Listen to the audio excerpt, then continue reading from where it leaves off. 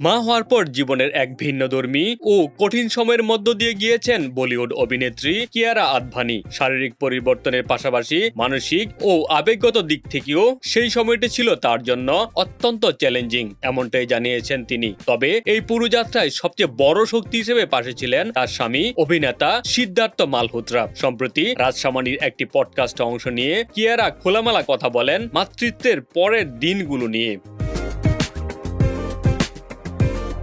তিনি জানান, গত বছরের জুলাইয়ে কন্যা সন্তান সারা আর জন্মের পর তার শরীরে হরমোনজনিত পরিবর্তন শুরু হয়, যার ফলে তিনি অত্যন্ত সংবেদনশীল ও আবেগপ্রবণ হয়ে পড়েন। ছোট ছোট ঘটনাগুলোতেও তার কান্না চলে আসতো। অনেক সময় নিজের আবেগ নিয়ন্ত্রণ করাও কঠিন হয়ে যেত। কিয়ারার ভাষায়, সেই সময়টা ছিল তার জীবনের সবচেয়ে অস্থির অধ্যায়গুলোর একটি। তিনি বলেন, যে কোনো তুচ্ছ বিষয়ে আমি কেঁদে ফেলতাম। হয়তো সারাদিন সিদ্ধার্থকে না পাওয়ার কারণে এমনটা হতো। সব মিলিয়ে নিজেকে খুব ভেঙে পড়া মনে হতো।